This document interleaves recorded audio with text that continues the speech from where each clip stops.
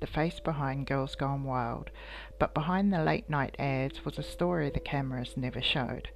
Armed with a camcorder and a business instinct sharper than most, Francis began filming party culture across the United States. He packaged the wildest moments into late-night infomercials, and the response was immediate. For years, Girls Gone Wild was marketed as harmless fun, a wild night out, party girls, and a camera.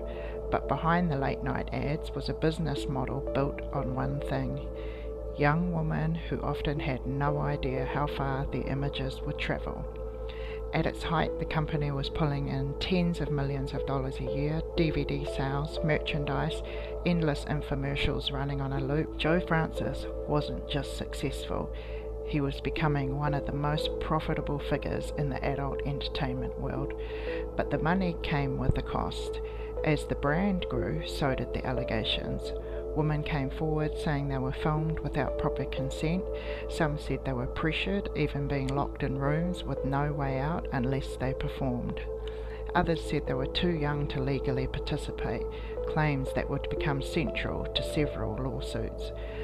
But despite multiple civil cases, none of the victims were able to bring him down, and eventually an owner of a Las Vegas casino took him to court for unpaid gambling debts, running into the millions.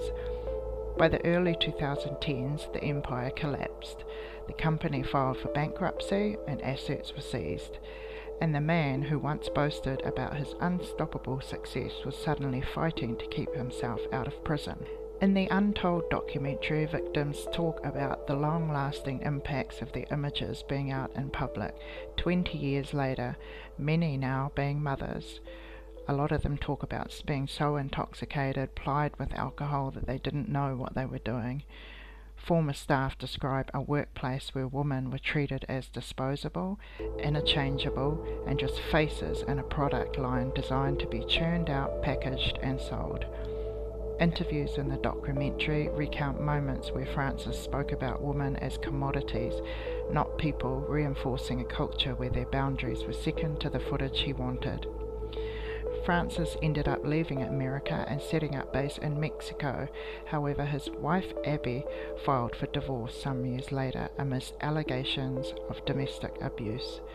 Multiple companies in Mexico have also taken Francis to court over the years over fraud and failed business opportunities. The documentary has been put together by some great journalists with the help of victims and former staff, and there are also some great but disturbing inputs from Francis himself.